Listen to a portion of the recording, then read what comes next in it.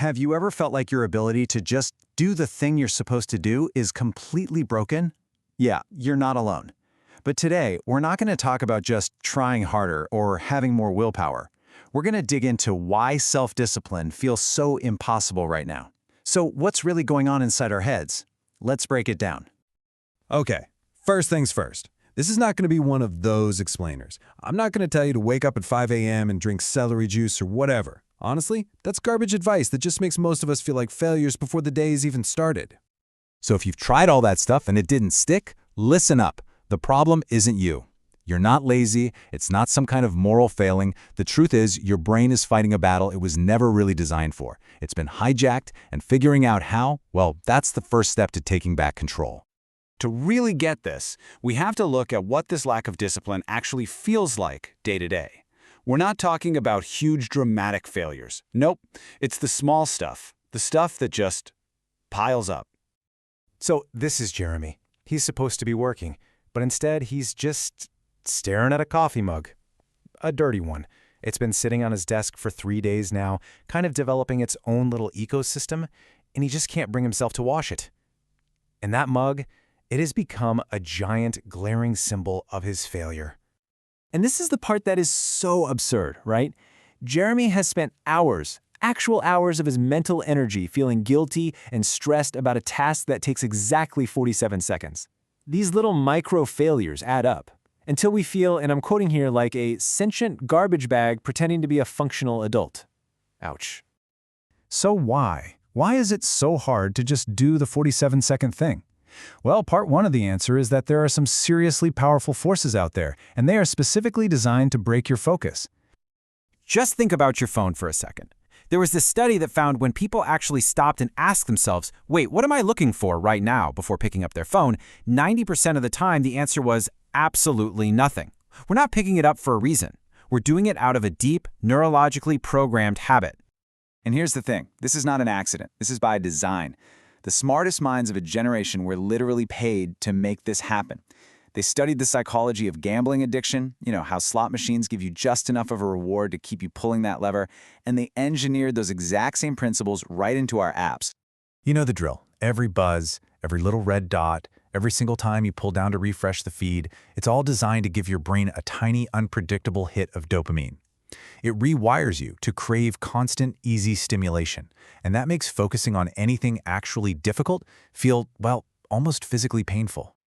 But, it's not just the tech companies. The second part of this, and this is maybe the tougher pill to swallow, is that our own internal wiring, it's working against us too. See, your brain didn't evolve to write reports or go to the gym. It evolved to keep you alive out on the savannah. And that means it is fundamentally programmed to do two things: seek comfort and pleasure, and avoid pain and discomfort. But what is discipline? It's literally choosing discomfort now for a reward later. It's the exact opposite of your brain's prime directive.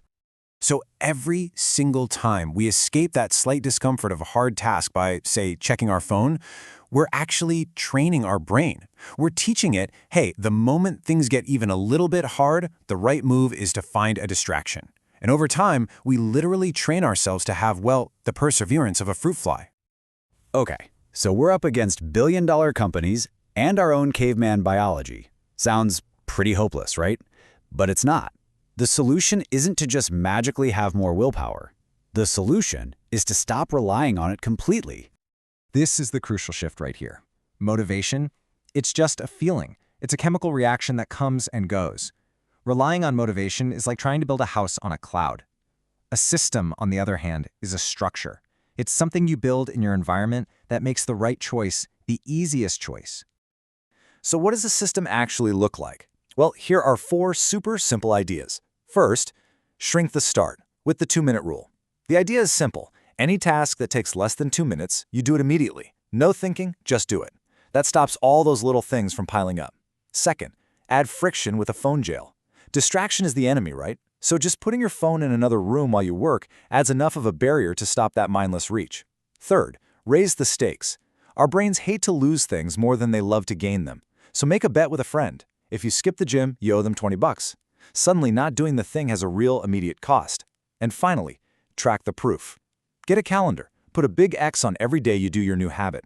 After just a few days, your brain gets a nice little satisfaction hit from that visual chain, and you won't want to break it. It starts to build its own momentum. So where do you start with all this? Look, you don't need to completely change your life overnight. That's a recipe for failure. You just need one small, almost laughably easy system to prove to yourself that this stuff actually works. So let's totally reframe this whole idea. Real discipline isn't about gritting your teeth and white-knuckling your way through temptation. That's just exhausting, and it never lasts. The truly disciplined person has just designed an environment and built systems that make good choices almost automatic. They've made being disciplined the path of least resistance. They've set up their life so they don't need some heroic amount of willpower just to get things done.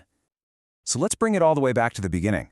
Let's be honest, you've got a coffee mug or an email or some little task judging you right now, don't you? So what are you going to do about it? Go apply that 2-minute rule. Right now. Don't even think. Just start. That's your first tiny win. And that's how you start taking back control.